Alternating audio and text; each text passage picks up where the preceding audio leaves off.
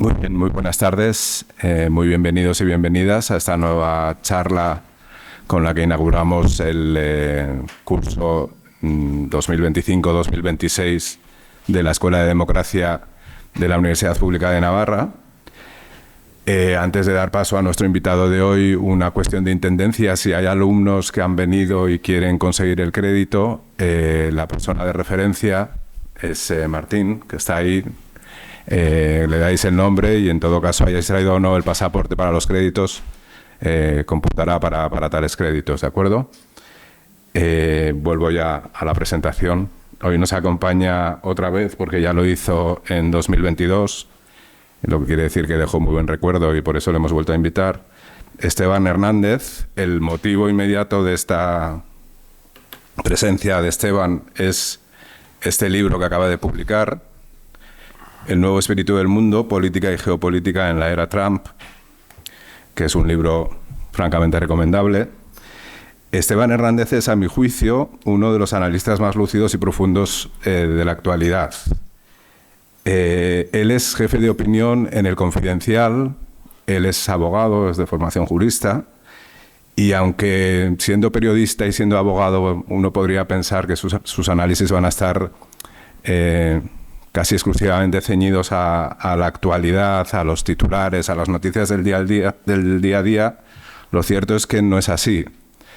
Y yo lo voy a presentar mediante dos dicotomías, por así decir. Preparando esta presentación me ha venido a la cabeza esa estructura que planteaba Marx, o que se explica cuando uno, como profesor de filosofía, que yo he sido de institutos, cuando explicas a Marx, siempre se habla de la infraestructura y la superestructura, ¿no? La infraestructura económica, material, que es la que explica la superestructura jurídica, ideológica, artística, etc.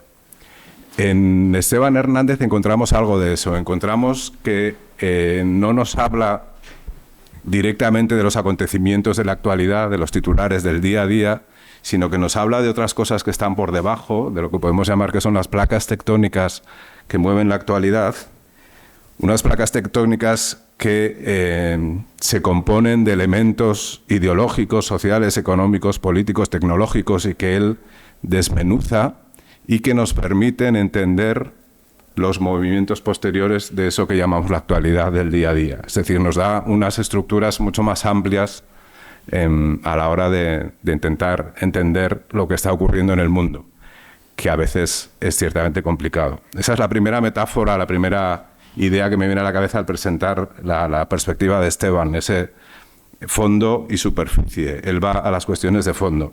Y además de esa dicotomía, también yo encuentro en sus libros otra que podemos articular como interior-exterior. Él habla de la actualidad española y habla de la actualidad política de los diferentes países y va desmenuzando, como he dicho, cuestiones que son de fondo, cuestiones como que ya no nos encontramos tanto con ideologías, sino con luchas o construcciones personales de identidad. No nos encontramos con partidos estables, sino con plataformas y otro tipo de movimientos inestables y una altísima volatilidad electoral.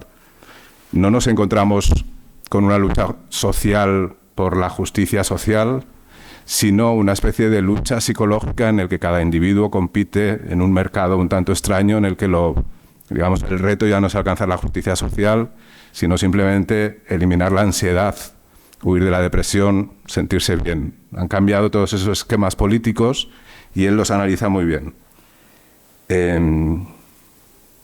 Además de esos análisis internos, también tiene la virtud, como digo en esta segunda dicotomía, de ofrecernos una perspectiva también mundial, geopolítica. En el libro aparece Trump en el subtítulo y no es casualidad, porque juega con esa dimensión de los cambios internos, domésticos, nacionales, y los internacionales, y nos intenta explicar lo que él llama el tablero mundial. Y fijaros el subtítulo, cómo y por qué ese tablero mundial se resquebrajará en los próximos años, porque es evidente que estamos en una época de cambios, de inestabilidad, y perspectivas como la de Esteban nos permiten al menos situarnos. Así que por todo eso, Esteban, un verdadero placer tenerte aquí otra vez de nuevo con nosotros. Muy bienvenido de nuevo y tuya es la palabra. Muchas gracias.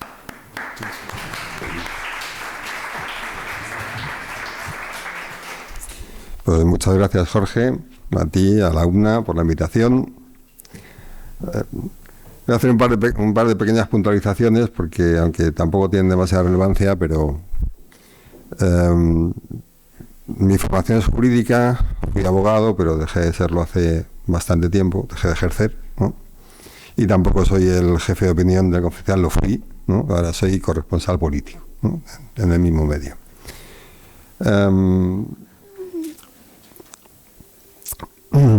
Estamos en una nueva época. Es decir, más allá de lo que veamos que se está moviendo, de las transformaciones que sentimos que se están produciendo, hay un hecho indiscutible, y es que la transformación está aquí. No sabemos bien cómo va a terminar, no sabemos bien la foto final de esa transformación, pero está aquí, por muchos motivos. Desde la Segunda Guerra Mundial podemos encontrar distintas etapas, una que va del 45 más o menos al 75 con Bretton Woods, con el fin de Bretton Woods, donde, como sabéis, estaba bienestar, desarrollo europeo, lucha entre dos opciones políticas que eran también dos opciones geopolíticas, comunismo, capitalismo, Estados Unidos, la URSS. Hay un cambio, insisto, con el final de Bretton Woods, la llegada de Reagan y Thatcher, donde entramos ya en una época donde el neoliberalismo se desarrolla ampliamente, y que a partir de la caída del muro de Berlín y el final de la URSS se convierte en lo que llamamos la globalización. La época global se ha terminado, y lo que estamos asistiendo ahora a la reconstrucción de un nuevo orden internacional, y por lo tanto de un nuevo orden político, y por lo tanto de un nuevo orden económico, en el que las distintas fuerzas en pugna están tratando de imponer su discurso, sus posiciones y su visión de futuro. Y ese es nuestro instante. Por lo tanto, como es una época en cambio, pues resulta muy complicado analizar, porque no sabemos hacia dónde va a derivar, ¿no? Entonces, la única manera de intentar aprender algo de lo que está ocurriendo es fijarse en esas placas tectónicas que se están moviendo y cuáles son las características principales, ¿no? por qué se ha llegado hasta aquí y hacia dónde nos llevan en última instancia, ¿no? Empezaré por el aspecto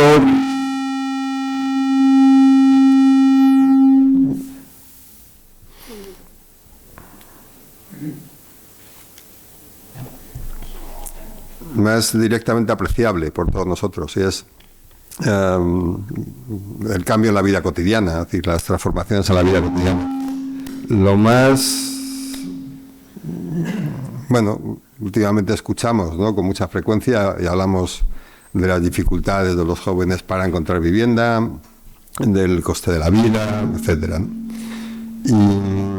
Y es cierto, se ha producido un cambio significativo en el que los bienes de subsistencia, aquellos que son imprescindibles para la reproducción de la fuerza de trabajo, que dirían los viejos, pues la vivienda, los alimentos, la energía, son cada vez más caros, ¿no? Y los salarios no alcanzan a cubrir esos costes de la manera que permitiría también cierta holgura, ¿no?, en la vida cotidiana, que es finalmente lo que te da algo de tranquilidad y seguridad, ¿no? El hecho de que haya un pequeño sobrante, ¿no?, que vaya más allá de los gastos de reproducción. Este es un aspecto importante, no solamente por lo que nos afecta, ¿no?, sino también por lo que revela. La época global ha significado una extraña transformación, ¿no?, en el consumo. Y es que aquellos bienes de consumo, pues la ropa, los televisores, electrodomésticos, los móviles, etcétera, los viajes, se han convertido en relativamente baratos, ¿no?, y sin embargo los bienes típicos de la subsistencia se han vuelto muy caros, ¿no? Si uno echa la vista atrás, hace 30, 40, 50 años, Bueno, pues esos bienes eran asequibles para la mayor parte de la población y los bienes de consumo pues eran más caros, la ropa costaba más, un televisor había que hacer una pequeña inversión, etcétera, ¿no? Y ese es un cambio y obviamente no parece un cambio en el que hayamos salido ganando, ¿no? ¿Por qué se produce esto? Y esto es importante porque está también en el punto central de transformaciones políticas en Occidente. Es decir, si en esta debilidad en el nivel de vida cotidiano, los terremotos políticos no habrían sucedido, o habrían sucedido de una manera mucho más limitada. El cambio de costumbres tampoco habría sucedido de una manera tan insistente, ¿no? Y así sucesivamente. ¿Por qué? Pues porque la época anterior a la globalización era una época en la que la economía era una economía vertical integrada. Voy a poner un ejemplo que sirve para todo lo demás. Es un ejemplo en el que quiero poner de manifiesto la importancia del territorio, la importancia de la cercanía y la importancia de la demografía, que son elementos que de alguna manera desaparecieron de la política occidental en los últimos años. Una fábrica de automóviles necesitaba mano de obra, por lo tanto necesitaba, y una mano de obra amplia, ¿no? Por lo tanto necesitaba una masa de población cercana a la fábrica para poder desplazarse. Necesitaba también componentes, y por lo tanto un almacenamiento que estuviera cercano, y necesitaba una red de abastecimiento que permitieran traer esos componentes en poco tiempo, para que la cadena no se parase y funcionara correctamente, ¿no?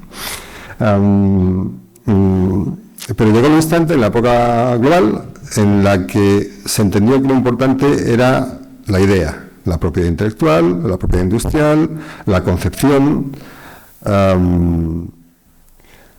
Los importantes eran los que pensaban, ¿no? Los que ejecutaban podían estar en lugares muy lejanos.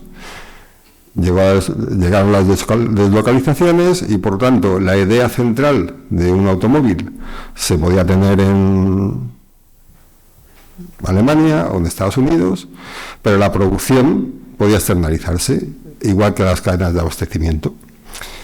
¿Eso qué implicaba? Implicaba que ya no era necesaria la población, no era necesaria esa mano de obra tan concentrada, tampoco era la cercanía tampoco era relevante. Y lo que pasó a ser relevante fue el aspecto, digamos, jurídico. Es decir, en el instante en que las fábricas están lejos, se necesita que estén en un lugar que quede más o menos protegido por la ley para asegurar la continuidad de la producción, que los flujos sigan produciéndose y que no haya roces, ¿no? entre la producción y la cadena de venta final, ¿no? Los lugares donde se vende. Esto dio lugar a lo que hemos oído llamar como el orden basado en reglas, ¿no? Porque esa fue la época hegemónica de Estados Unidos. Es decir, la globalización es un sinónimo de hegemonía completa de Estados Unidos, que a la URSS la guerra entre bloques desaparece, solo hay un sistema, hay un país hegemónico, y ese país hegemónico ejecuta una serie de normas instauradas a través de organismos internacionales que aseguran ese orden en las más diversas funciones. Pero eso implicaba que la demografía no era importante, que la cercanía no era importante y que lo importante eran las ideas, que es un modo de producción completamente distinto al que había dominado durante las décadas anteriores y también durante los siglos anteriores, ¿no? El tipo de imperialismo que podía darse a principios del siglo XX, final del XIX, era distinto del que hemos presenciado en la época global, ¿no? Esto supuso también una mayor integración en todos los sentidos, pero también un problema añadido para la articulación de las sociedades, porque si bien la mano de obra industrial no era necesaria en Occidente, lo que sí era necesaria era la mano de obra de servicios. Las sociedades comienzan a ser sociedades de servicios, ¿no? Fundamentalmente dos clases, ¿no? Aquellos servicios que se prestan a la mayoría de la población, pues, no sé, limpieza, la hostelería, la sanidad, cuidado, etcétera, ¿no? Y los servicios que se prestan al capital, es decir, a la gente con dinero, es decir, a las grandes empresas, ¿no? Es decir, al ámbito financiero. Y ahí los consultores, los grandes despachos de abogados, todo tipo de asesores, empiezan a construir una esfera alternativa cuya función es dar soporte a ese capital. Esto, dicho en abstracto, parece que no tiene mucha relevancia, pero es lo que constituye la configuración demográfica de Occidente en los últimos 30 años. ¿Por qué? Porque en las ciudades, las grandes ciudades, se concentran, y aquí el caso típico en Madrid, ¿no? Pero pasa igual en París o en Londres, o cada una con sus especificidades. Se concentran los trabajos prestigiosos, las empresas que cotizan en bolsa, las grandes empresas que dan asesoramiento al ámbito financiero y a las empresas que cotizan en bolsa, los publicistas, los académicos de las universidades más prestigiosas, los periodistas, en fin, todo el trabajo, digamos, mejor pagado que tiene que ver con el ámbito intelectual, empieza a concentrarse en la gran ciudad. Como no hay un desarrollo del entorno interior, del resto del país en general,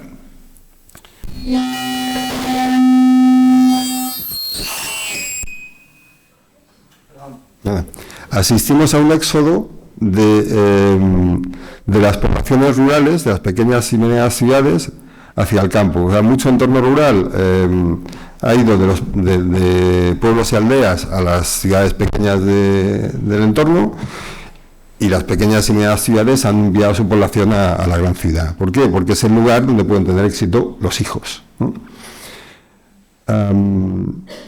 Eso ha provocado que haya muchas regiones, y en España es evidente, que carecen de inversión, donde los jóvenes emigran, que tienen pocas perspectivas de futuro y que se encuentran detenidas, paradas, ¿no? sin una posibilidad de desarrollo. En un momento determinado se pensó el turismo, ¿no?, como gran solución a ese problema, no digo de despoblación, sino de pérdida de actividad económica, pérdida de vitalidad. Pero el turismo es una solución que ha funcionado en lugares muy concretos que tenían unas características adecuadas, como las costas, ¿no?, las costas del Mediterráneo, por ejemplo, ¿no? En ese éxodo no solamente se produce la despoblación, sino también se produce un éxodo que es distinto al que asistimos, por ejemplo, en España, por los años 40, 50, 60. Es decir, la gente que emigra a la ciudad es la gente que tiene dinero para poder emigrar a la ciudad. Es decir, los hijos de las clases medias pueden pagarse la vida en la ciudad, pueden pagarse la formación en la ciudad, y por lo tanto pueden ir a la ciudad. Si eres contratado en una empresa relativamente relevante, lo más probable es que el salario no te dé para vivir, no te dé para alquilar una casa, ¿no?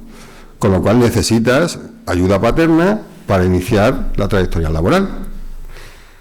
Es decir, el tipo de éxodo hacia la ciudad que se produce es distinto del anterior, porque antes fueron clases bajas, pero las clases populares ya no pueden ir a la ciudad, pues no tienen dinero para pagárselo.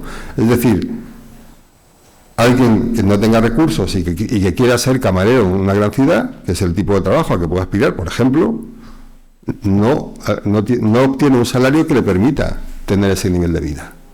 Entonces las poblaciones nacionales van hacia la gran ciudad, pero especialmente las que tienen algunos recursos. Por lo tanto, ¿quién aparece en la gran ciudad?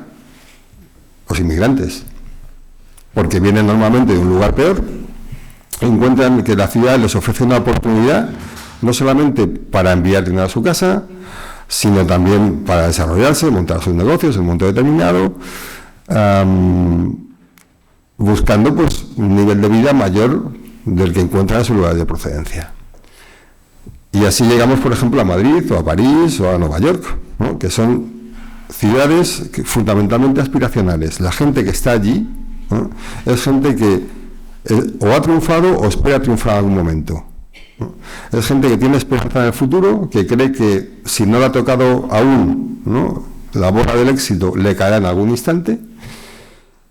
Y es gente que en general tiene, por más que el presente esté en una situación complicada, espera que el futuro le proporcione opciones y oportunidades. Y esto ocurre tanto en los niveles de más recursos, ¿no?, el trabajo más prestigioso, como en los niveles de menos recursos, los de los inmigrantes.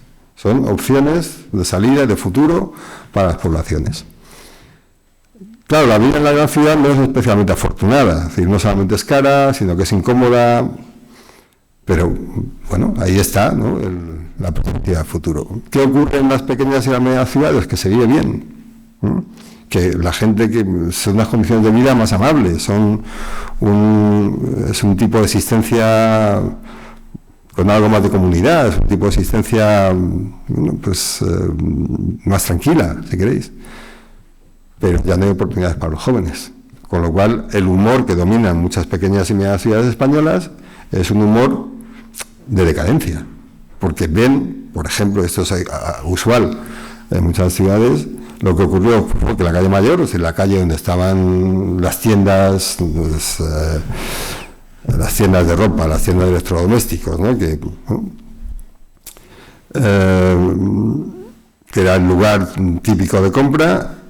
Cuando hay centros comerciales, pues obviamente se debilitan, y cuando no, lo que ocurre es que esos locales son adquiridos o alquilados por franquicias.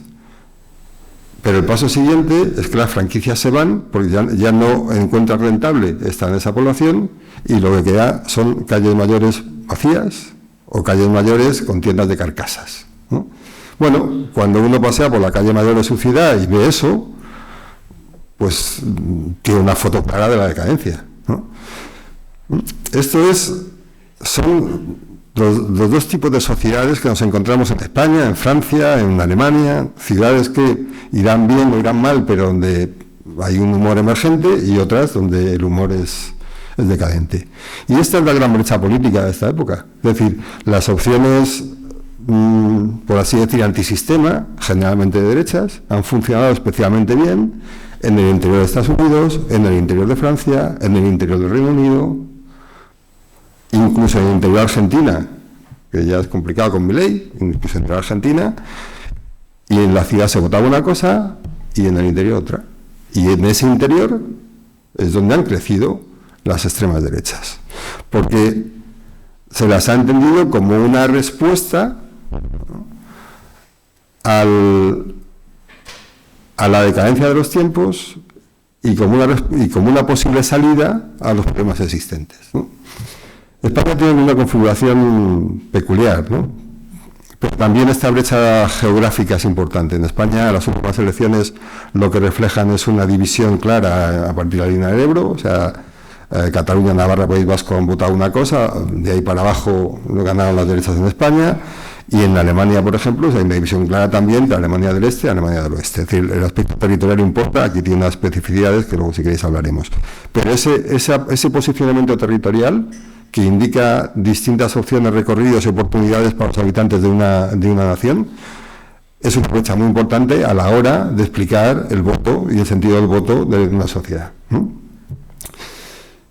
Esa brecha se da también a nivel internacional. Y de hecho, en la época global, la salida de la época global, que era una época, insisto, sin ideología, porque había ganado ya el capitalismo, sin ideología, porque había ganado la democracia, ¿no?, con unas instituciones sólidas, ¿no?, que daban sentido y daban soporte a ese orden hegemónico estadounidense. Bueno, pues ese orden ha quedado roto precisamente por el territorio. Es decir, la presencia del Estado, la importancia del Estado, ha sido lo que ha quebrado ese orden internacional. ¿En qué sentido lo digo? Lo digo en el sentido de que, por ejemplo, el orden queda roto porque Estados Unidos ha dicho Estados Unidos primero. No hay orden internacional, hay una posición en la que Estados Unidos va a marcar la pauta. Pero si vamos un poco más allá, nos encontramos con que en la época global, si hubo un país que trabajó en términos nacionales y en términos de reforzamiento nacional y desarrollo nacional, ese fue China, que es el más exitoso durante la época global. China incorporó el capitalismo, pero lo hizo no solamente al modo chino, que era un modo de prueba y error. Ellos tenían la experiencia de la caída de la Unión Soviética y del desastre que fue para Rusia y para los países que forman parte de Rusia. Y cuando incorporaron a su economía, fueron mucho más cautos. Fueron probando cosas, Uno funcionaba, otra no. Incidían en la que funcionaba, desechaban la otra. Fue un crecimiento paulatino y un crecimiento cuya característica principal es que estaba bajo la dirección política. Había una dirección política que era del Partido Comunista, por lo tanto una dirección estatal de la economía, ¿no?, que fue la que consiguió dar el impulso necesario para que China se desarrollase. Es verdad que China se benefició de una enorme ingenuidad occidental, se benefició de la avaricia occidental. No olvidemos que básicamente lo que se producía en China acababa en Wall Street, es decir, los beneficios que se producían gracias a una fabricación barata generaban ingresos a unas grandes compañías cuyos beneficios iban destinados al ámbito financiero. Las compañías no reinvertían en sus empresas. Las compañías no reinvertían en mejorar las condiciones salariales o siquiera en la mejora de los productos.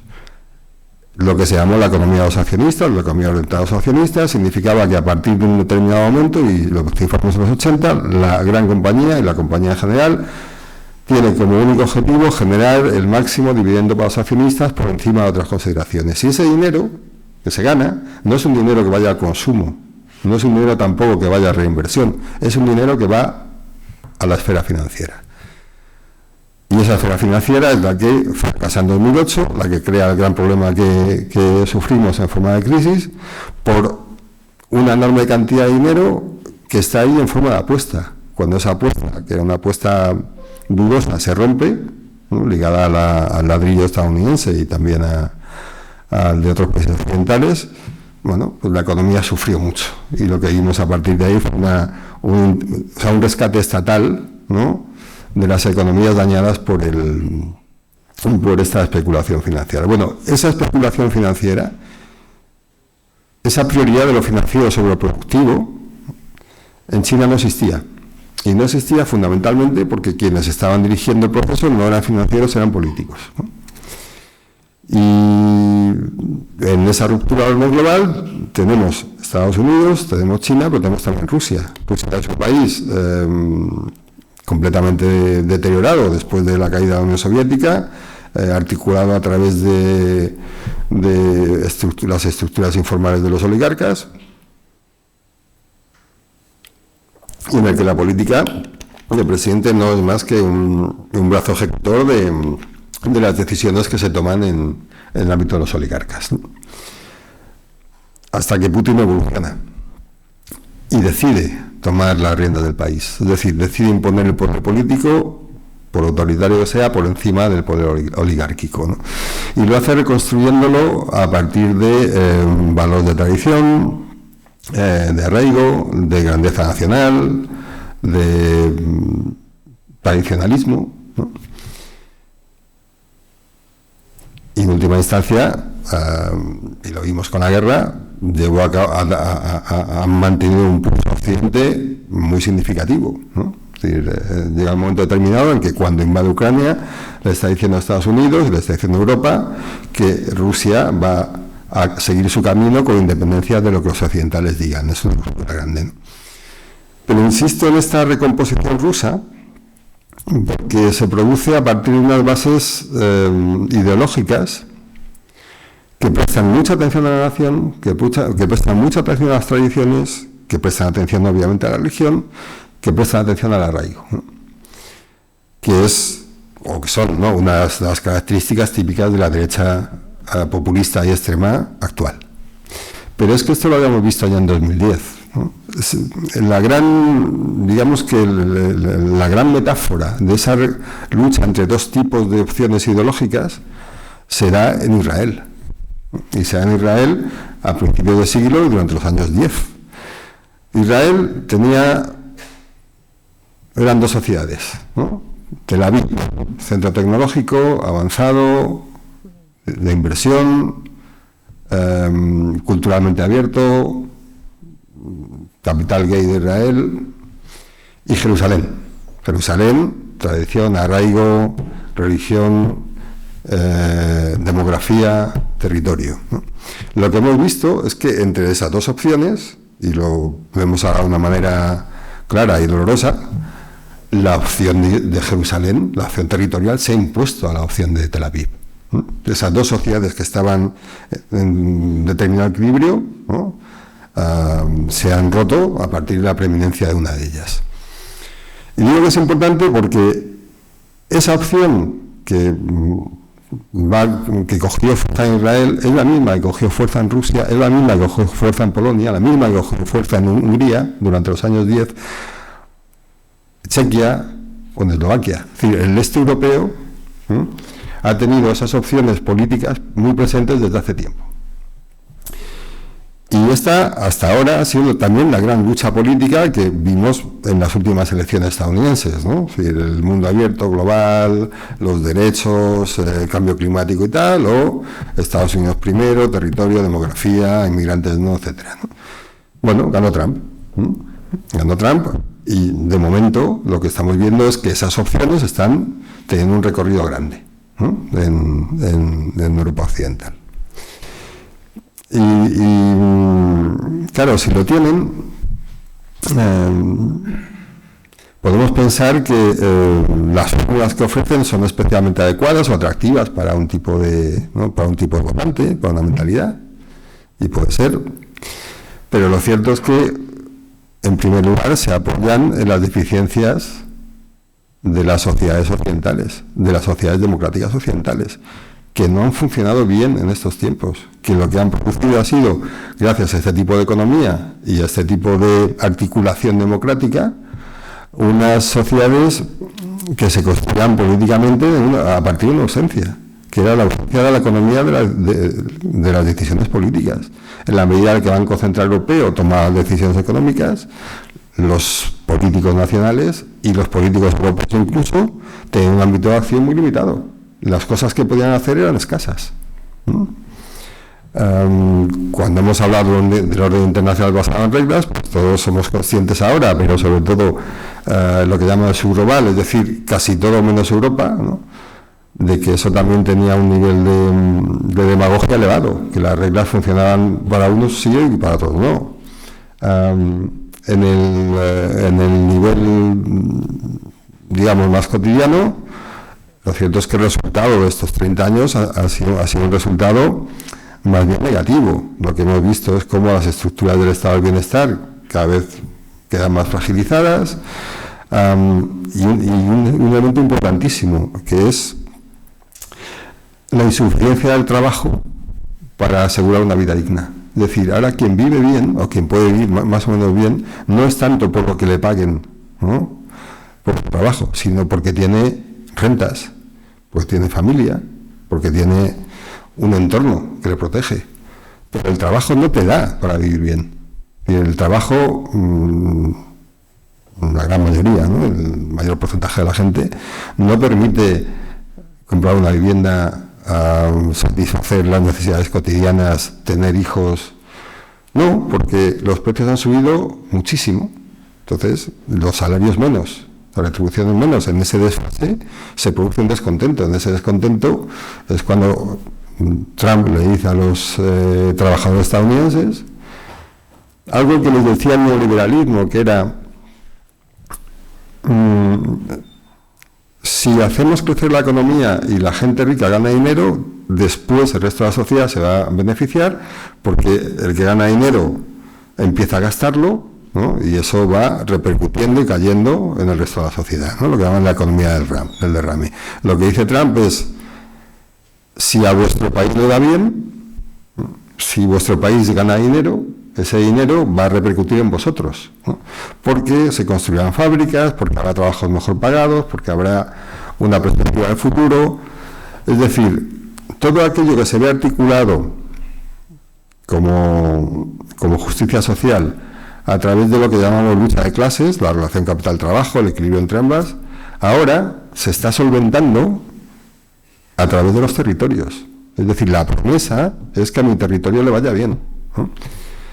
Y nosotros lo hemos visto aquí, por ejemplo, en Cataluña, ¿no? El proceso fue el intento de solución de una sociedad a un mal momento económico, el de la salida de la crisis, en el que se juntaban una serie de agravios con España, con Madrid, que permitía, claro, es que España tiene dos ciudades globales, que son Madrid y Barcelona.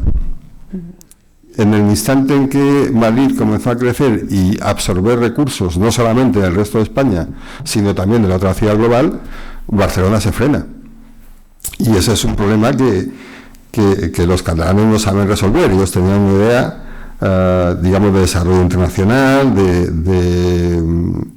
ser un espacio tecnológico, ¿no?, que captara inversiones, de tener un vínculo, ¿no?, con la exportación grande, también por su tradición industrial en el pasado y tal, pero llega un momento en que ese propósito se queda muy por debajo de las ventajas que ofrece Madrid. Ese es un instante de quiebra y de lucha entre las dos capitales, y ahí también, es verdad que el proceso surge políticamente como un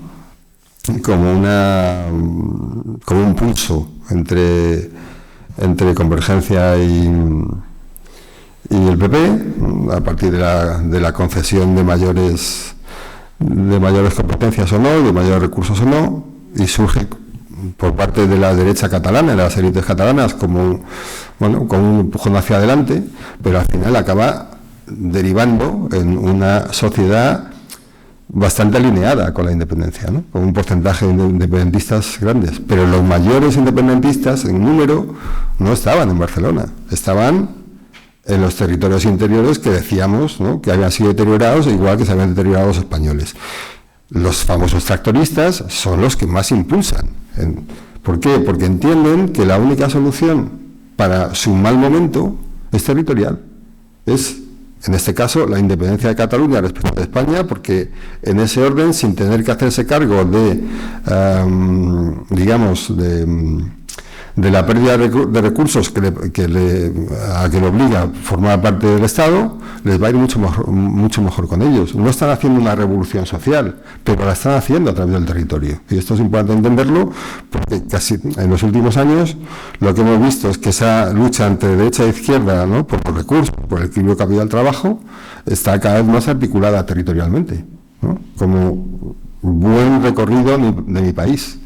En ese entorno, obviamente, le da una ventaja a las derechas. Es decir, esa visión está más presente en las derechas que en las izquierdas tradicionalmente, ¿no? Y este es un segundo factor, ¿no?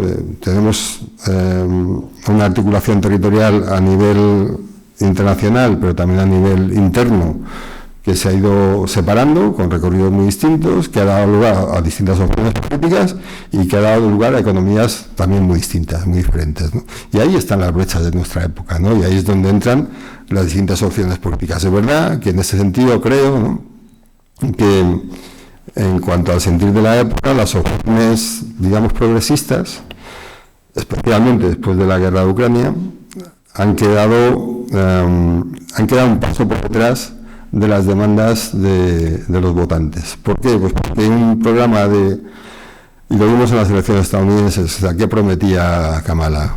Kamala prometía fundamentalmente continuar el statu quo. El problema era que la democracia podría caer si llegaba Trump, pero en cuanto a la propuesta positiva era defensa de derechos,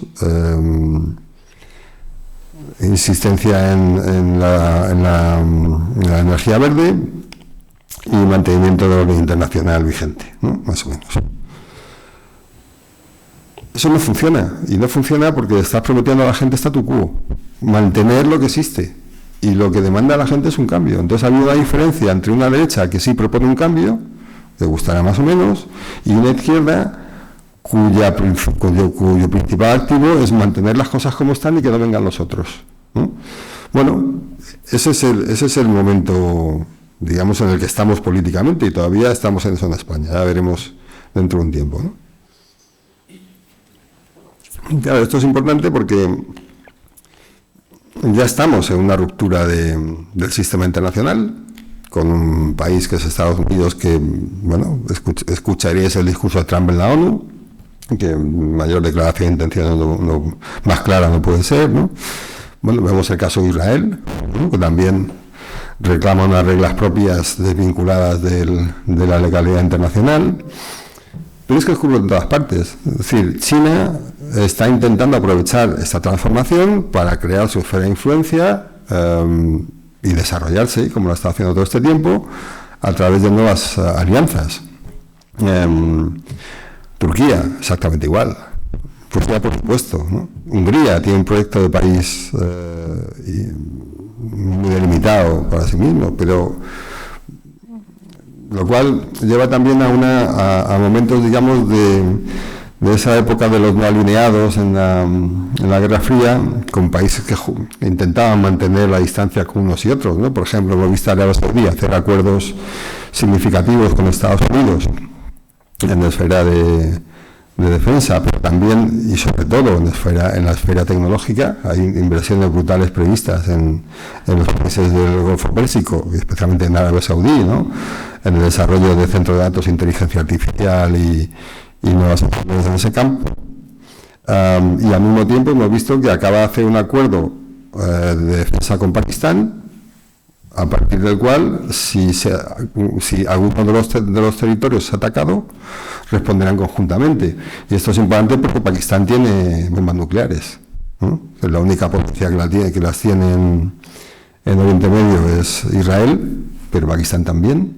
Y Pakistán acaba de hacer una alianza con Arabia Saudí para que Arabia Saudí se proteja de la posibilidad del exceso israelí. O sea, todos los países están moviéndose, ¿no? Para encontrar su encaje, el que les sea más adecuado en esta nueva época, ¿no?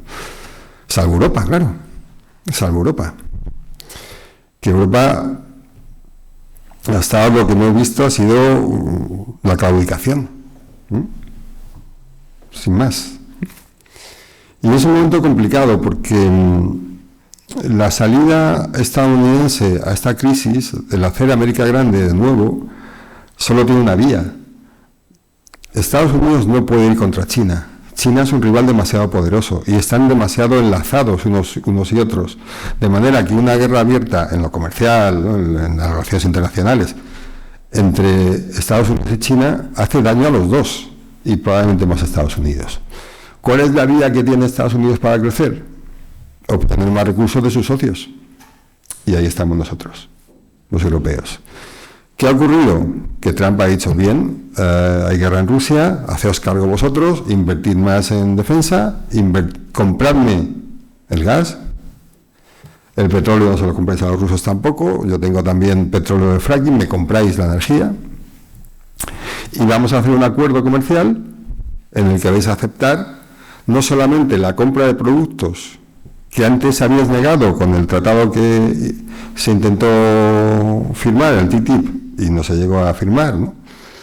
Sino que además vais a invertir una serie de cantidades en Estados Unidos para conseguir que Estados Unidos se reindustrialice. Y esto lo vais a hacer con von der Leyen yendo a visitar a un campo de golf y recibiéndola 5 minutos y haciéndose una foto con los pulgares levantados. La imagen, ¿no?, que Europa ofrece en ese ámbito es una imagen de sumisión a Estados Unidos, ¿no? Es una imagen de aceptación de una posición subordinada. Claro, todas estas circunstancias son eventuales, ¿no? Es decir, esto ha pasado ahora y las cosas en el futuro van a ser distintas, lo cual no significa que vayan a ser mejores, veremos cómo van, ¿no? Pero ¿cuál es el destino de la Unión Europea, ¿no?, que se está tejiendo, que se está construyendo? Porque la Unión Europea tiene en realidad dos salidas. Una es dar un paso adelante, empujar hacia una integración mayor, conseguir un mercado común único real, volcarse en su mercado interno, conseguir que el dinero europeo, que lo hay, en lugar de que vaya para la esfera estadounidense, financiera, se destine a la esfera productiva europea. Tejer iniciativas comunes entre distintos países para impulsar Europa, ¿no? Porque esta es una guerra fundamentalmente, y lo va a ser, es una guerra fundamentalmente económica. Hasta que no sea militar, va a ser una guerra económica. Y va a ser una guerra productiva. ¿no? Y va a ser una confrontación en la que cada zona del mundo va a intentar sacar partido de las fortalezas que posee. En ese entorno, Europa tendría que, o una de las posibilidades que tiene, es ir en esa dirección y por lo tanto fortalecerse, dotarse de un músculo productivo que no tiene, porque vamos a insistir, es decir, la salida de la época global ha pillado a Europa, desde luego sin ejército, pero también sin un aprovisionamiento energético, sin fuentes de energía propias, escasas, porque tampoco ha desarrollado aquello que podría darle una diferencia, que son las energías renovables. Al final, lo vemos en el caso de España. España no tiene ni petróleo ni gas, pero tiene sol y viento, con lo cual, en la medida en que te dotes de aquello que tienes, pues menos energía tienes que comprar fuera, ¿no? Bueno, Europa no ha desarrollado eso. Su tecnología es china o estadounidense, tendrá que elegir.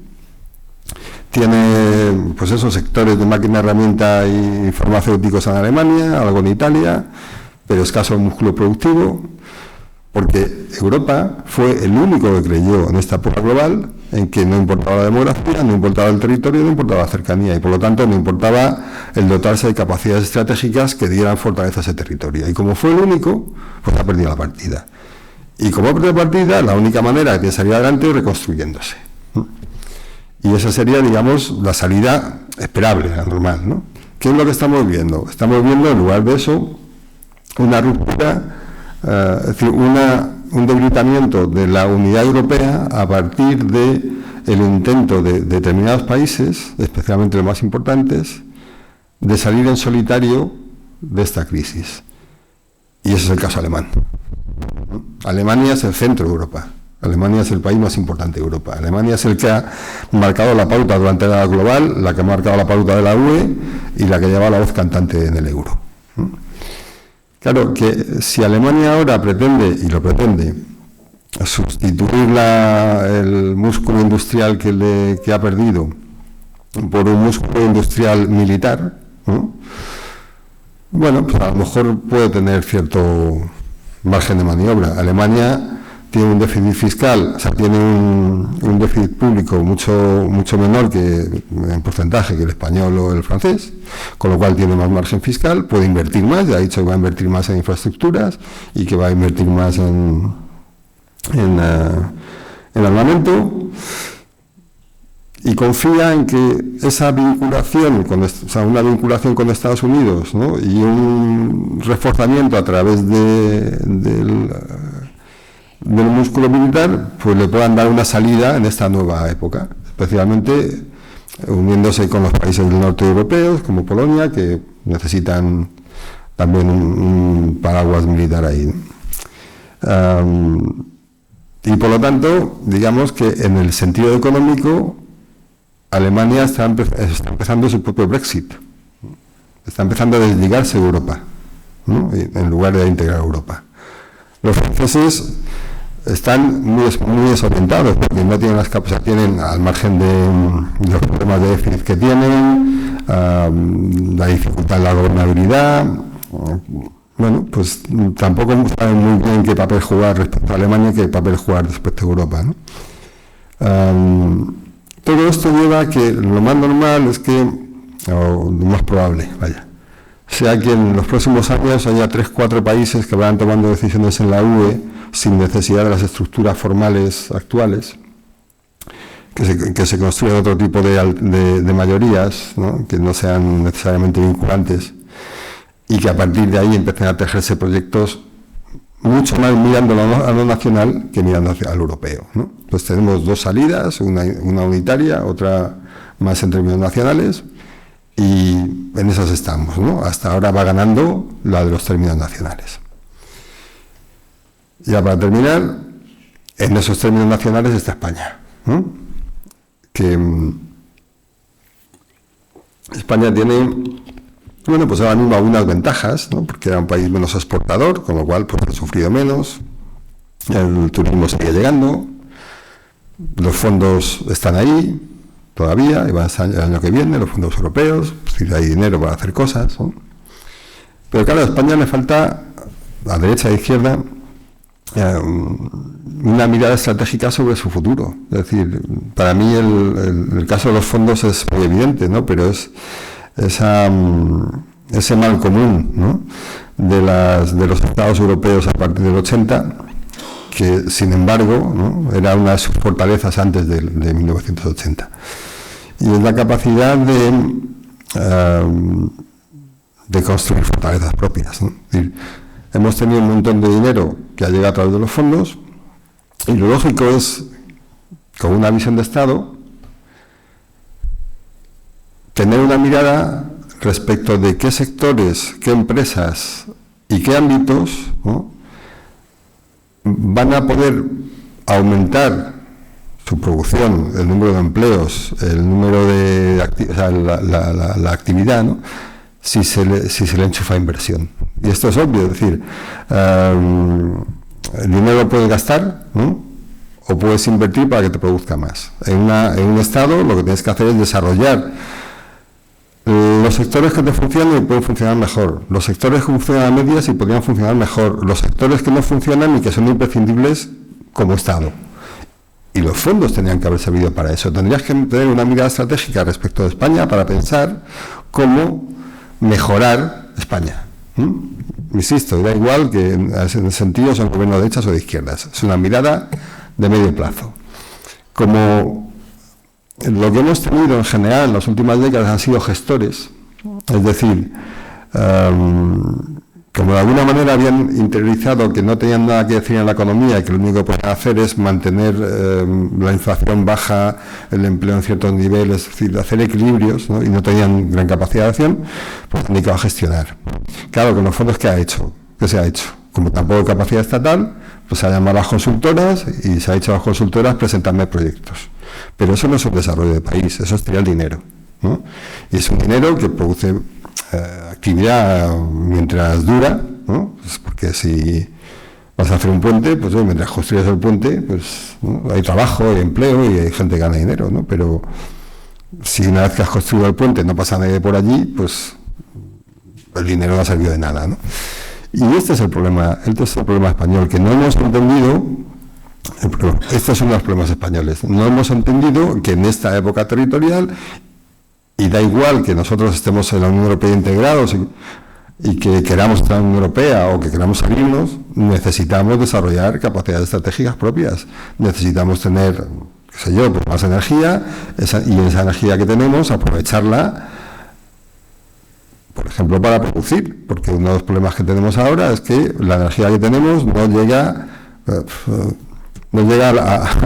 a las empresas que han solicitado un punto de conexión a la red, por ejemplo, porque la red eléctrica no aporta las estructuras. Es decir, tienes una España infradesarrollada, como tienes una Europa infradesarrollada, porque los últimos 30 años han sido años de vaciamiento de las capacidades productivas, en lugar de reforzamiento, con lo cual cada vez hemos perdido muchas, y como hemos perdido muchas tenemos pocas, y como tenemos pocas se puede reconstruir, ¿vale? Y eso solo se hace cuando tienes un entorno político que tiene una mirada amplia, que tiene una mirada estratégica y que tiene un plan de futuro, ¿no?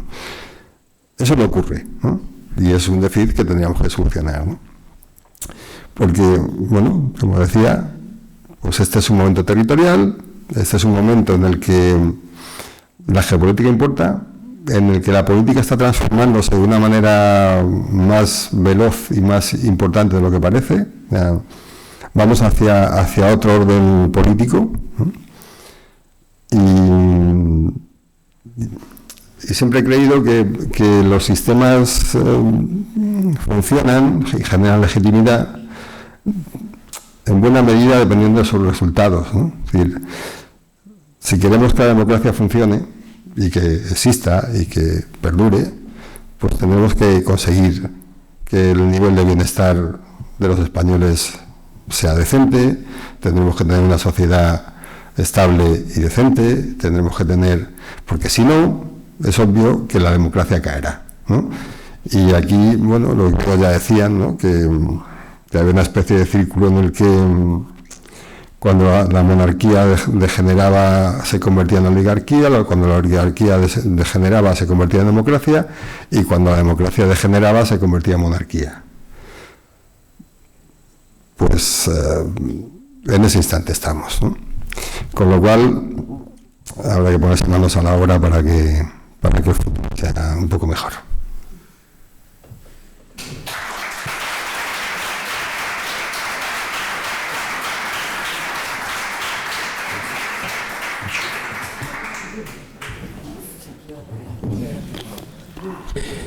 Muchísimas gracias, Esteban. Damos paso ahora al turno de preguntas. Antes no me resisto a señalar, no sé si os habéis fijado, pero ni un papel sobre la mesa. A mí eso me da mucha envidia, me parece fascinante. Bien, más allá de eso, ¿preguntas o cuestiones que queráis plantear? Sí. Vamos a esperar al micrófono.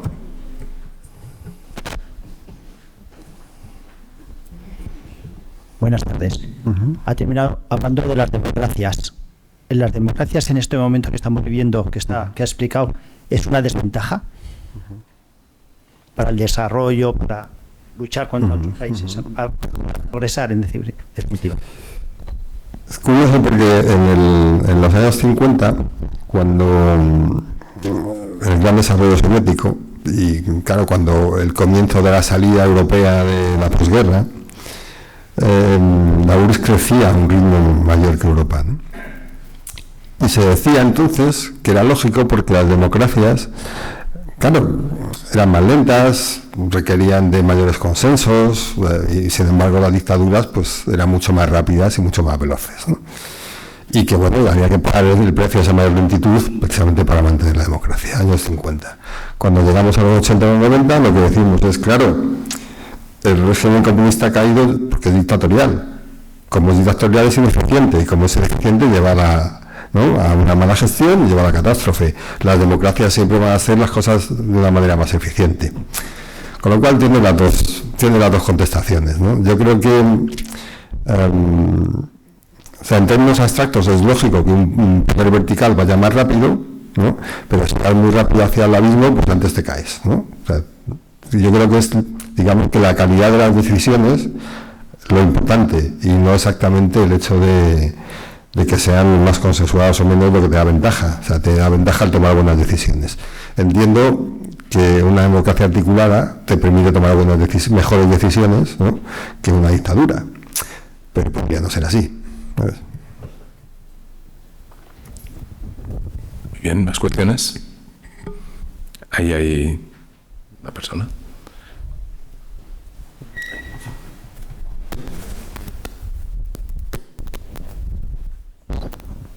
Hola, buenas tardes. He llegado un poco tarde y no sé si lo habrás nombrado al principio, pero me sorprende que no hayas nombrado para nada lo de Gaza. No sé si no cuenta en todo esto o es... No he hablado de Gaza.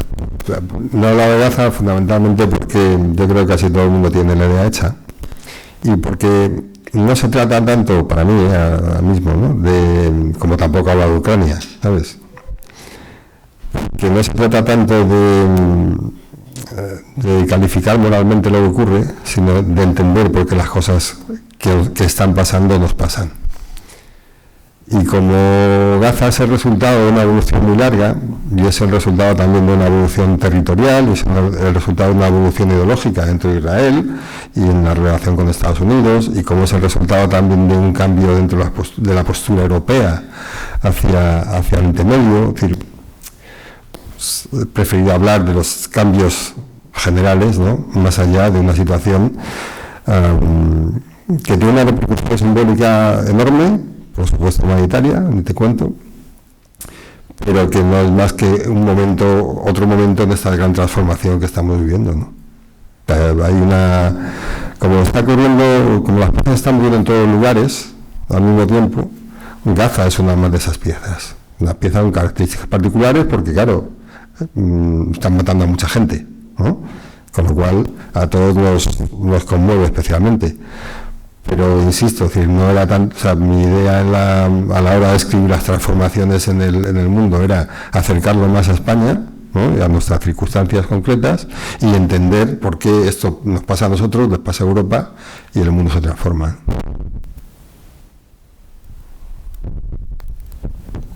Sí, Hola, buenas tardes. Lo primero, darte las gracias por estar aquí, por lo que nos has expuesto. La verdad es que, como dice el profesor, sin papeles, es un poco alucinante el repaso que le has dado desde lo macro a lo micro, y volviendo a lo macro y a lo europeo y tal, ¿no? Yo, con toda la humildad, sí que me gustaría discrepar de algunas de las cuestiones que has planteado y formularte alguna pregunta. Ya digo que me ha ido surgiendo un poco al escucharte, ¿no? En primer lugar, el análisis que haces de un poco es lo que se está produciendo, el vaciamiento, ¿no? Hacia esto es algo que ya se ha producido antes, ¿no? Y que va un poco relacionado, creo yo, con los modelos económicos, ¿no? Ya España sufrió una migración brutal interna y bueno, y también hacia otros países europeos en los años 50, 60, 70 del siglo pasado, pues a raíz de una economía planificada, en este caso por los planes desarrollistas del régimen de Franco, ¿no? Que aquí en Navarra, pues, aunque se había quedado fuera de los nodos, como bien sabido, de los nodos de desarrollo industrial, pues hubo una serie de personajes, entre ellos Félix Huarte, consiguieron que Navarra se desarrollara también industrialmente y romper esa tendencia, ¿no? De ser una sociedad agrícola que estaba perdiendo población a marcha forzada, pues a ser una sociedad industrial de progreso y de éxito como es ahora. Entonces, yo creo que realmente estamos en un momento que hay que adaptarse. Hay que adaptarse, claro, la adaptación es complicada, es muy complicada, y es más complicada para unos que para otros. Y es más complicado en unos territorios que en otros, dependiendo del punto de partida en el que se encuentren. Ante esa necesidad de adaptarse surgen inercias, lógicamente, ¿no? Y defensas, ¿no? Todos queremos, además partimos de un punto de una situación de un estado de bienestar bastante aceptable en términos generales, ¿no? Con grandes deficiencias y sobre todo determinados segmentos de la población. Entonces, ese análisis, yo te quería preguntar también en el sentido de, claro, yo veo ahora mismo en España como una doble ruptura, una ruptura territorial, digamos los centros de desarrollo económico, las ciudades, grandes polos, hay una visión o hacia dónde se va, y lo que tú decías, ¿no? Las zonas del interior, la España abandonada o la España que se está quedando atrás, pero también hay, en términos generacionales, yo observo, y me llama mucho la atención, que hay un voto mayoritario a los partidos, digamos, que sustentaron el régimen del 78 durante estos 40 años en edades avanzadas, ¿no? A partir de los, bueno, yo ya estoy ahí en los 50, ¿no? De los 50 para arriba, y sin embargo los jóvenes, curiosamente, son los que más apoyan al populismo de izquierda y de derecha, ¿no? Entonces, no sé eso cómo lo observáis. Luego, en cuanto a la Unión Europea, y perdonad, ya acabo, yo creo que ya hay un diagnóstico, ¿no? Creo que el informe Draghi del año pasado ya ponía sobre el papel hacia dónde había que ir, ¿no? Desde el punto de vista sobre todo de la integración. Y hace una semana dio un discurso el propio Mario Draghi donde lo que venía a decir es: ha pasado un año y ustedes no han hecho nada. ¿Qué es lo que está pasando, no? Entonces, no sé, a ver un poco, dices que hay dos soluciones, pero ¿tú cuál crees que sería la solución correcta? La integración, porque claro, y con esto acabo ya, de verdad, por ejemplo, cuando yo veo a Leyen, digo, pero a esta mujer, ¿quién la ha elegido? Porque no existe una legitimidad democrática. Cuando va a representar a Europa, yo no la voto, pero yo quiero decir, en general, no es el resultado de un proceso democrático. Bueno, varias cosas, ¿no? Empezando por la primera, es decir, los procesos de migración a la ciudad ocurrieron en el 19, la cuestión no es que ocurran, sino, en primer lugar, en qué términos, y en segundo lugar, qué opciones dejas al resto del territorio, ¿no? Y lo que estamos viendo ahora, como te decía antes, es si no estás produciendo nada, el territorio se queda solamente con la opción o del turismo, ¿sabes?, o de la construcción. Y la construcción, además, suele depender del turismo. Bueno, pues es un mal futuro para esos territorios, ¿no? Está lo que todos se pelean ahora, por la logística, ¿no? Pero claro, la logística está en un lugar, no está en otro. y así sucesivamente. La cuestión es, ¿qué les ofreces? Es decir, ¿qué les dejas? Porque si concentras todo lo que tienes en el mismo lugar, dejas muy poco al resto. Incluso el talento, porque vamos ahora mismo, la gente mejor formada, que mejor... O sea, la gente que no tiene dinero tiene muy difícil formarse y tener una buena formación, porque no puede afrontar el coste de la educación, ¿vale? O sea, no puedes mandar tu hijo, por muy listo que sea, pues tienes que tener dinero para mandarle a Harvard, ¿vale? Qué sé yo, ¿no? Pero tienes que tener dinero también para mandarle a la Complutense, en Madrid, o sea que... Y los que tienen dinero y pueden mandar a los hijos fuera, los hijos ya no vuelven a los lugares, con lo cual, pues todo eso va perdiendo talento que no es suplido con otro talento que llega al territorio, con lo cual les dejas una muy mala situación, ¿no? Entonces, claro, la vertebración territorial pues pasa también, o pasa principalmente, por pensar, ¿no? Fórmulas en las que los territorios también puedan producir. Yo te insisto, si nosotros tenemos una fuente de abastecimiento energética bastante barata, ¿no? Y ahí, no sé, hablando de Castilla, por ejemplo, ¿no? Pues territorios con poca población, pero que tienen fábricas importantes, ¿no? Bueno, pues hemos dejado de producir en general, pues podemos volver a producir algo, ¿no? Puedes hacer corredores también que vehiculen distintas zonas, ¿no? Se habló del Mediterráneo, se habló del Cantábrico, se habló de un corredor hacia Lisboa, ¿no? Quiero decir, son cosas que hay que pensar, ¿no? Pero tienes, por volver al punto de partida, tienes que dejar alguna opción a la gente. Y a esos territorios no puedes absorber todo, ¿no?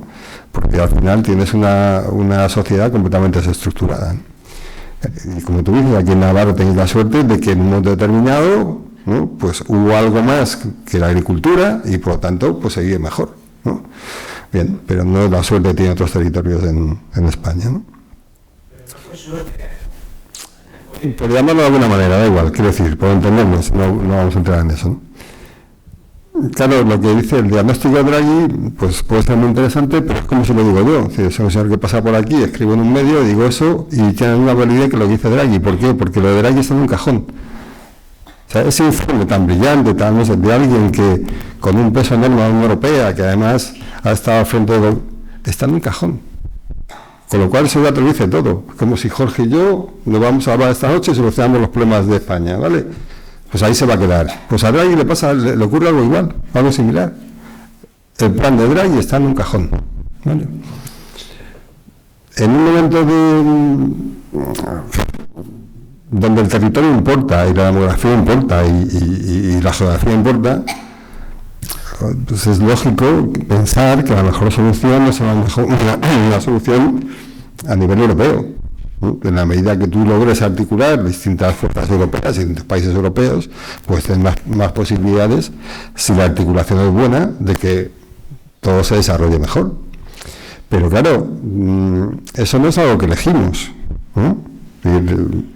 España puede querer ser socia de quien quieras, pero la sociedad se construye entre dos como mínimo.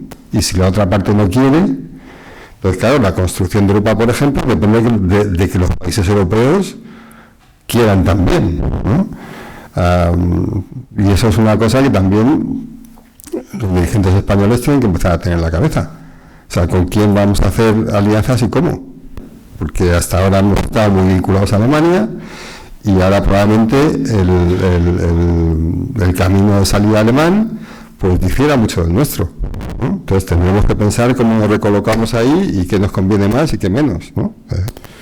Pero bueno, yo te digo lo mismo, quiero decir, una Europa sólida y fuerte, en un momento que la demografía, el territorio y los recursos importan, pues siempre en teoría te da una mejor salida, ¿no? Que sería la conclusión, ¿no?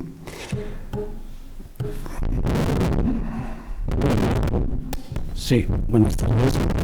Quería preguntarte, ya que el título es de geopolítica, se ha hablado de Europa, de Estados Unidos, pero hace pocos días se reunieron, no sé dónde exactamente, lo que se llama países emergentes, incluidos algunos que no son emergentes, pero como si fueran los no alineados de la época que has comentado. Realmente, ¿qué papel le espera a continentes enteros como África o Sudamérica que solo parece que lo representa Brasil, y hay un montón de países con distintas situaciones económicas, políticas y de todo tipo. ¿Qué papel pueden jugar o qué les puede esperar en este cambio de estructura que parece claro que se está produciendo? En primer lugar, invertiré tu pregunta, ¿no? Y te diré que si las cosas no nos van bien en España, acabaremos como Latinoamérica, con naciones muy polarizadas, con países divididos, con una inseguridad vital mayor, ¿no? Porque los signos de deterioro que estamos viendo aquí, ahora, empezaron a sentirse en Latinoamérica hace tiempo y han acabado así. O sea, que es algo que tenemos que tener cuidado con eso, ¿no? Claro, en Latinoamérica tiene un momento muy llamativo, porque de alguna manera el patio trasero de Estados Unidos, que es lo que siempre fue, se despegó de Estados Unidos y en los años 10 estableció relaciones mucho más fluidas con China por los recursos naturales, había una mucha mayor presencia china, pero también había española. De alguna manera tampoco era tan importante Latinoamérica para Estados Unidos, y nosotros, o sea, las empresas españolas, quiero decir, pudieron entrar allí y bueno, ahora están saliendo, ¿no? Ahora están en un momento más complicado. Los que se han asentado siguen allí, los que no han emprendido el camino de salida. Claro, digo que el momento latinoamericano es complicado porque tienes estructuras políticas muy débiles y sociedades muy enfrentadas, ¿no? Y lo que vemos en las elecciones es que cada vez gobiernan dos de un color, ¿no? Salen del gobierno, viene otro del color distinto, ¿no? Y en las siguientes elecciones vuelven a salir y llegan otro de otro color distinto. Pero en ese recorrido cada vez son opciones más radicales, por así decir, ¿no?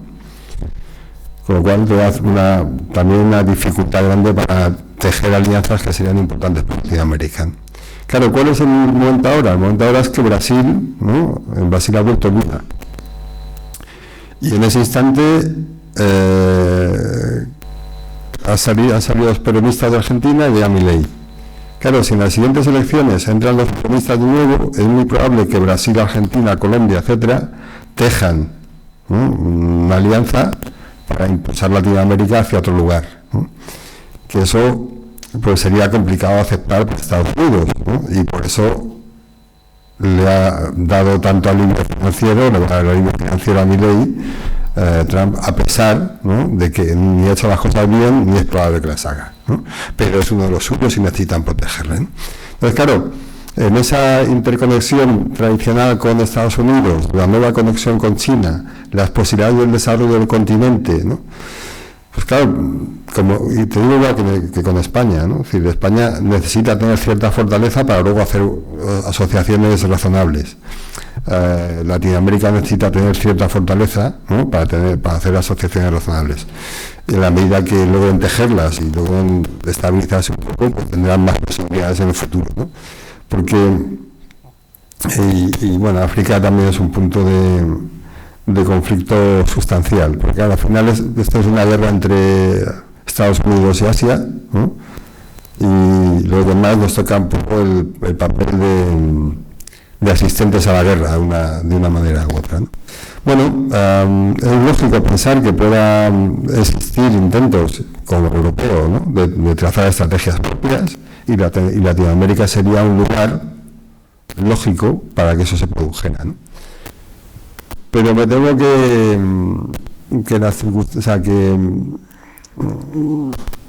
los pronósticos son bastante más negativos, ¿no? Es previsible mucho más enfrentamiento que salida, ¿no?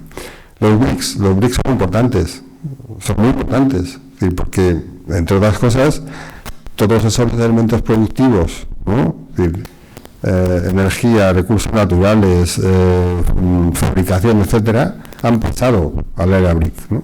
Pero con China además tienes el lado más importante, que es la tecnología. Con lo cual, bueno, los BRICS siempre, que son países vendedores, siempre van buscando países compradores, ¿no? Ahora China puede ejercer de comprador de ellos si quisiera, ¿no? Pero en todo caso, nunca han querido enfrentarse, ¿no? al poder occidental. Y ahora de alguna manera se ven relativamente humillados, porque en el momento en que empiezas a pensar que el dinero que has metido en la esfera occidental financiera, ¿no?, te lo pueden quitar como los pasados rusos, pues empiezas a tejer alianzas para tener tu propia moneda, una moneda común, ¿no?, un vehículo financiero alejado del ámbito anglosajón, ¿no? En la medida en que observas la guerra, ¿no?, de Ucrania, pues entiendes que es conveniente reforzarse, porque en algún momento te va a tocar a ti y esas cadenas de valor globales se rompen y tienes que escoger un lugar donde situarte, ¿no? Bueno, pues estamos en un momento de reposicionamiento general y vamos a ver, por ejemplo, dónde va India, ¿no? Que India tenía una alianza típica con Estados Unidos, sin embargo lo hemos visto haciéndose la foto con Putin y con Xi sin ningún problema, ¿no? O sea, el acuerdo de Pakistán con Arabia Saudí, bueno, pues que India también tiene un papel que jugar en eso. O sea, todas esas piezas están moviéndose y todavía no están definidas, ¿no? Ahora, ellos tienen una ventaja grande, ¿no? Que es que, y lo vimos en la guerra de Rusia, ¿no?, que daba igual el PIB, pero lo que tenías era real, ¿no? Tenías energía, petróleo, gas y armas, ¿no? Y nosotros no las teníamos, con lo cual pues es muy complicado que nosotros sostengamos la guerra en Ucrania, ¿no?, porque tendríamos que invertir mucho dinero, pero sobre todo ese dinero lo teníamos que traducir en armamento, y no tenemos las capacidades productivas para abastecer a Ucrania del armamento que necesita, en la cantidad que necesita, en un plazo relativamente breve, ¿no? Bueno, los BRICS tienen esas capacidades, ¿vale? Entonces, en ese sentido nos llevan ventaja, y veremos ahí cómo se van resituando alrededor de los dos polos inevitables que son China y Estados Unidos.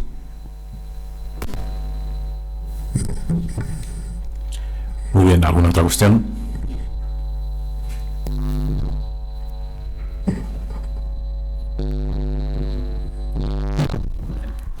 Hola, buenas tardes.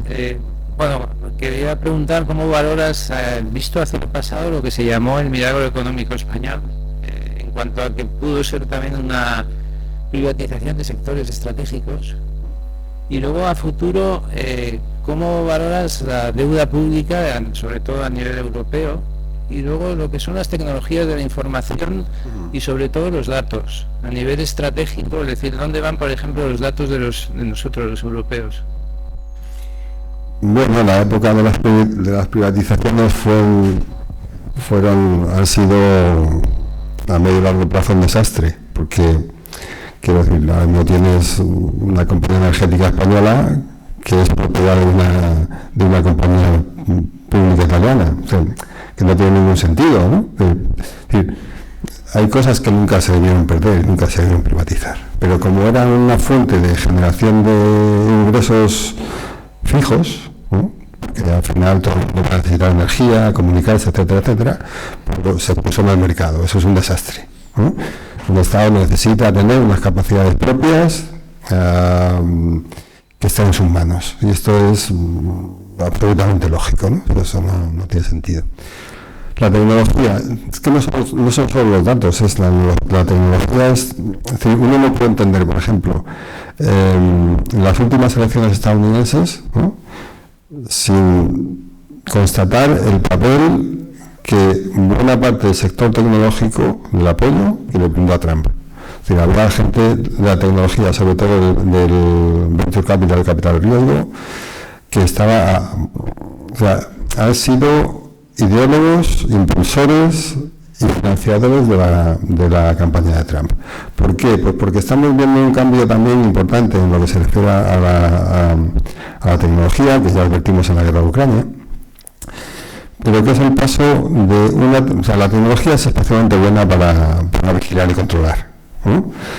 Cuando hablamos de la inteligencia artificial y de las capacidades productivas y el incremento de la productividad, mira, eso está por verse, ¿vale? Sí, hay cosas que se pueden mejorar, sobre todo aquellos aspectos que son repetitivos. La inteligencia artificial es especialmente buena cuando hay pocas reglas, ¿no?, y son fijas. Entonces, si juegas al ajedrez te va a ganar siempre, ¿no? Pero en un ámbito abierto con muchas posibilidades, pues ahí los patinazos que realiza son muy elevados, ¿no? Para la vigilancia y control es buena. Pero claro, lo que vimos en el desarrollo tecnológico de los últimos años, con las grandes tecnológicas, fue, digamos, que la reconstrucción de la economía, ¿no? Entonces veías a Amazon como la venta y la venta a distancia la trasladaba hacia otro lugar, que era un lugar concentrado. Vimos como en Google, ¿no?, la información, o sea, Google ha absorbido buena parte de los recursos publicitarios de los medios de comunicación tradicionales, pero ha absorbido también la capacidad comunicativa de esos medios. Por ejemplo, los artículos más leídos en mi periódico o en cualquier otro son aquellos que se difunden a través de Google, ¿no? Cuando tú sacas el teléfono, te aparece una serie de noticias. Si están ahí, esos artículos se van a leer más. Esos artículos son elegidos a través de un algoritmo, ¿no?, opaco, que no sabemos cómo funciona, tampoco sabemos los criterios de selección, y cuando empezamos a adivinarlos, lo cambian. Esto ocurrió con Facebook. La campaña del 16 de Trump fue impugnada porque los rusos habían intentado, pero en realidad las noticias se habían difundido a través de Facebook. Entonces, aquellas noticias falsas se habían difundido a través de Facebook, ¿no? Es decir, la capacidad comunicativa de las grandes tecnológicas es brutal, porque llegan a todos los móviles, ¿no? Tu periódico llega donde llega, y las televisiones cada vez más se difunden a través de redes, de los cortes que colocan en los programas en redes, ¿no? Lo cual te indica una recomposición del mercado comunicativo. Claro, el de los hoteles, el del alojamiento ocurre igual, ¿no?, con el Airbnb, el del transporte de viajeros con Uber. Todo ha ido transformándose, ¿no?, a través de la generación de ingresos en manos concentradas de sectores típicos de la economía cotidiana, ¿no? Pero ¿qué ocurre? Que ahora hay un salto más, ¿no? Y es el salto que lleva, por ejemplo, la empresa que más ha subido en su cotización después de la llegada de Trump ha sido Palantir, que es una empresa de seguridad. Es una empresa dirigida por Peter Thiel, que es un trumpista declarado, y por Alex Karp. Y bueno, además os recomiendo que leáis lo que cuentan, porque tiene su interés, lo que es público, no lo ocultan, pero tiene algunas tesis, o algunas sofisticadas, otras no, pero interesantes. Bueno, esta compañía es una compañía creada con capital de la CIA, que ellos mismos lo dijeron, y es una compañía sobre todo que se dedica al ámbito de la seguridad y la guerra, y de la defensa. ¿Por qué? Porque cada vez es más importante en la guerra, en la defensa, en la seguridad, la tecnología, ¿no? Y ahí es donde está jugando todo el papel. Entonces lo que estamos viendo es cómo de un ámbito comercial la tecnología está pasando a un ámbito de seguridad, de vigilancia y de defensa. Y esas son las nuevas empresas tecnológicas, ¿no? Ese giro tecnológico es muy relevante, ¿no? Y ha estado también presente en la campaña de Trump, porque todo este ámbito de tecnología, seguridad y defensa ha apoyado a Trump, ¿no?, para llegar al poder. Con lo cual, no se trata solo de la obtención de datos, ¿no?, que por supuesto, sino de muchas más cosas que están alrededor de este desarrollo tecnológico. Entonces eso va a ser crucial. Y no sé si te he dejado de contestar alguna cosa. A la deuda, sí. Quería también, cuando ahora decías de los datos, por ejemplo, de Trump, habla de TikTok diciendo que los datos de los americanos tienen que estar en poder de Estados Unidos. Esa lectura no se hace en Europa. No, porque nuestros datos están, la información que ofrecemos está en poder o de los estadounidenses o de los chinos, y en general de los estadounidenses. Aquí la presentación china es escasa, ¿no? Entre otras cosas, porque cuando han querido desarrollar un 5G, Estados Unidos ha dicho que no, que eso, ¿no? Entonces, obviamente, ¿no?, estamos en ese terreno, y es una de nuestras deficiencias, ¿no? Y claro, digo que la importancia de la tecnología es grande, pues porque tú te subes al F-30, al avión, ¿no?, ¿no?, hago la broma, ¿no?, metes la llave, metes primera, y todo lo demás es tecnología. Entonces, si no estás conectado a la tecnología que tienen otros, ese avión no vuela, no hace lo que tú quieres, no va a hacer lo que tú quieres lo que deseas que haga, ¿no? O sea que, insisto, la tecnología es fundamental ahora, ¿no? Luego, la deuda tiene no sé, la deuda es muy importante, pero cuando ha llegado Milei y tenía problemas, pues se los han solventado de para mañana, ¿no? O sea, quiero decir que esto es una impugnación directa a todo lo que habíamos creído respecto a lo que eran los mercados. Si alguien funciona bien y es eficiente, pues entonces tiene un premio, y si no tiene una sanción, salvo que no, ¿sabes? ¿Por qué? Porque de los míos, entonces no. Entonces el mercado me da igual, ¿no? Entonces, claro, eso también pasa con la deuda. Es decir, hay una capacidad de alivio latente ahí que es enorme, ¿no? Es decir, al margen de que en determinadas épocas, pues por ejemplo, después de la Segunda Guerra Mundial, las deudas se consideran de otra manera para impulsar el desarrollo europeo y tal. Pero digo que hay un nivel de retórica en eso brutal y lo acabamos de ver con Milei, ¿no? Entonces, hasta ahora decías, bueno, es que hay algo insalvable. Esto es así, se debe tanto dinero, hay que devolverlo, ¿sí? Bueno, hasta que deja de serlo. Hasta que deja de serlo. Muy bien, yo creo que ya ha solucionado todas las dudas. Tenemos bastante del universo. Pues nada, os emplazo a la próxima charla de la Escuela de la Democracia, que vendrá Javier Tajadura, y hablaremos ya sobre la situación política española en una perspectiva mucho más nacional, pero también muy interesante. Os agradezco vuestra presencia aquí y sobre todo muchísimas gracias, Esteban, un placer como siempre. Gracias.